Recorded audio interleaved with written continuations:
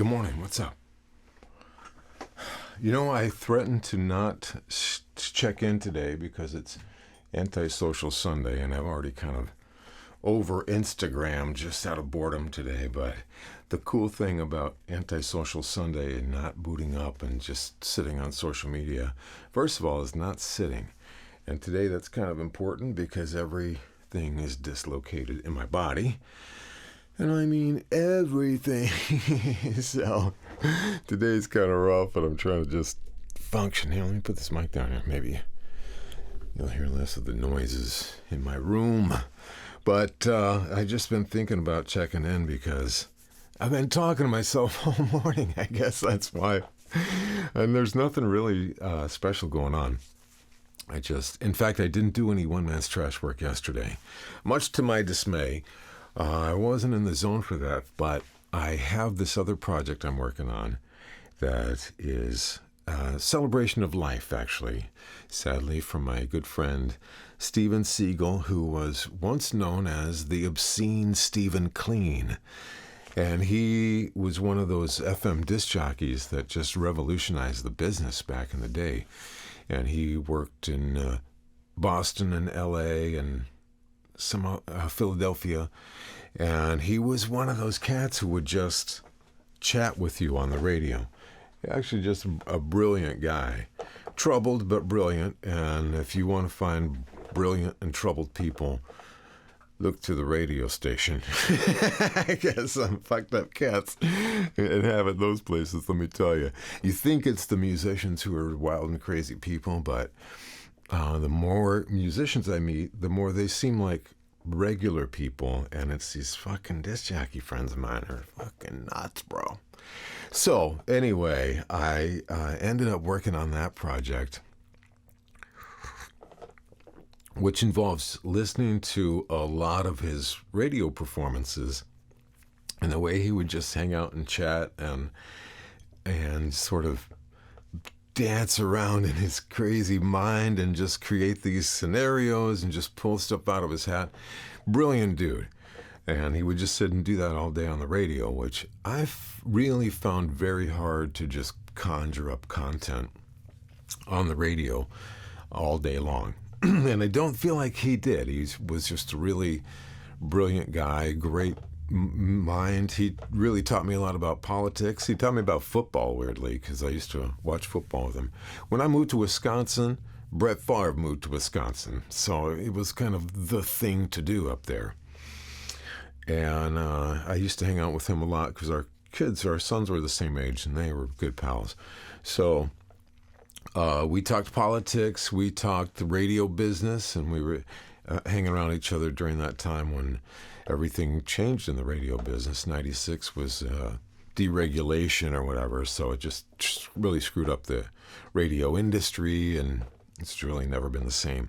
That's kind of why radio sucks now, actually, because it was taken over by just a handful of companies, just like everything else in this country that gets fucked up because corporations don't give a fuck about us. But anyway, we were hanging around during that time, learning about football, learning a lot about politics, and just like hung out with this really wacky cat. So, but the interesting thing is that he wasn't working full-time in radio then. He was doing part-time stuff, so I didn't really get to hear him do the act he did in the 70s and 80s, which was, revolutionizing FM radio, where they would just hang out with you and talk just like this, kind of, only maybe have more valid things to talk about. I'm just killing time and hanging out with you, but he would be playing like the music they played. I'm listening to the Pointer Sisters, Elton John, but it's all like deep cuts like this. I never even heard this Pointer Sisters stuff. It's so funky, deep, funky shit, bro. Woo! So it's really amazing to go listen to that and understand that this guy that was just like my crazy friend had actually revolutionized the industry. And then what I also realized is that what he kind of was getting from my act is that I grew up in really rural areas. So, we didn't have rock stations. I didn't have FM stations, really. No, I didn't live anywhere. I didn't have an FM station within earshot until 1980, when we moved to Centralia, Missouri. So it's central, very central. So much so they named it Centralia. But there was a station in Columbia. So then I got an FM rock station, but I wouldn't have any of that. So, I listened to the 8 tracks. I had Foghat and Boston and Kansas and that kind of stuff. And then suddenly I'm listening to like the rock radio stations, but it was already beyond that point where it was the groovy FM DJ guy hanging out with you all day.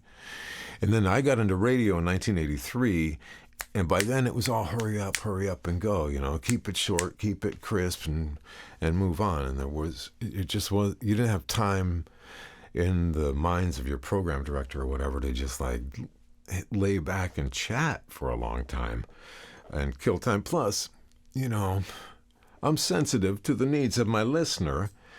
When I'm going into 4 minutes of goddamn commercials, are you kidding me? Like I'm going to talk for 3 minutes? No, I'm going to get in and out and get you gently through these goddamn commercials. That's kind of the idea that I had anyway. So I feel like I was basically doing a truncated version of Stephen's act, or the sort of act that those guys did, because I was on a classic rock station for one thing. So I think that's what drew him to me, is that I was basically doing his act, but just in a shorter way. So really fun to listen to old radio and realize what we're missing now. And then the other thing that you realize is that we're all in a fucking hurry now. We're all hurry up and hurry up and hurry up. God, cut it out. Cut it out. Just stop, man. Take a day. Today I'm just hanging out with the squirrels. Oh, I saw Earl the squirrel. Yesterday I didn't see Earl. April Fool's Day, that little fucker. So I was busy in here editing and stuff, so I wasn't hanging out outside a lot. And I didn't run into Earl, but I saw him this morning. He's doing well, and he gave me a nice hug, and we hung out. So yesterday was just kind of indoors, but this morning being outside and watching the squirrels kind of come to life and start to have breakfast and hang out, and there's no hurry. There's no hurry. We avoid nature, and we separate ourselves from nature so much that we get into the wrong mindset about life. I've learned so much from hanging out with squirrels. See, I told you radio guys are fucking nuts, bro. I learned so much from hanging out with squirrels. But really, I had to teach a squirrel how to climb trees, how to forage. I don't know how to forage like a squirrel, but I would bring him acorns and teach him about the local flora and fauna so he could try it. And I had to be more engaged in the nature of squirrels. I have to know when they eat, and I know that they don't give a fuck about the time change. They want to eat an hour before it goes dark and an hour after the sun comes up, and that's just how it is. If they show up early in the afternoon, there's going to be a storm. You can live with these creatures and inject yourself more into nature, and you don't have to do nature the way humans think it is, just to conquer it and control it and to form it into an alternate form of nature, like even trimming the goddamn bushes and stuff into shapes and things. Really? Is that helping? I don't know. Maybe it looks nice and stuff, but I like to let things grow and let nature be. And I think that is the mistake we make as humans, is that we don't let nature be and we try to conquer it. So I know I'm rambling. It's my last cup of coffee, so I had to jump in here before I make a second pot. It's going to happen. My ribs are kind of jacked up again, so I'm trying to get to that workout, but it's Sunday, man. Who cares? So I'll get there. We'll get it done. And then I'm going to jump in here and do some one man's trash stuff today. Try to get some guitars. I sent everything over to Stacy, and he's going to get it all jiggered so we can put it into, like, start new files, start new project files, and just get rid of some of the leftover stuff from years past and just freshen it all up. So that's what's going on today. I appreciate you hanging out. I really do, because it's, even though it's just a few views every day, it does give me a way to connect. And I ran into my neighbor yesterday, but I basically had no human contact. I didn't even see my squirrel yesterday. Hello. So thank you for hanging out with me. And I know this ramble has gone on a long time, and I'm certain that no one is here at this point of this charade. But it's helpful for me, and I feel like it's just good to hang out and not feel rushed and not feel like I need to accomplish something or I need to provide some content. God damn, content. My nemesis. That's just been a big part of my life, is just creating stuff to talk about on the radio. So anyway, I know I look like hell. It's a rough morning. I'm going to go get started on my workout. I think I can make my body function now and then get cleaned up. But I just really felt compelled to hang out with you today and remind you to go be in nature at nature's pace. That's my message for today. So, hey, if you learn anything today, it should be from nature, not from me. Have a fabulous Sunday. Rock on.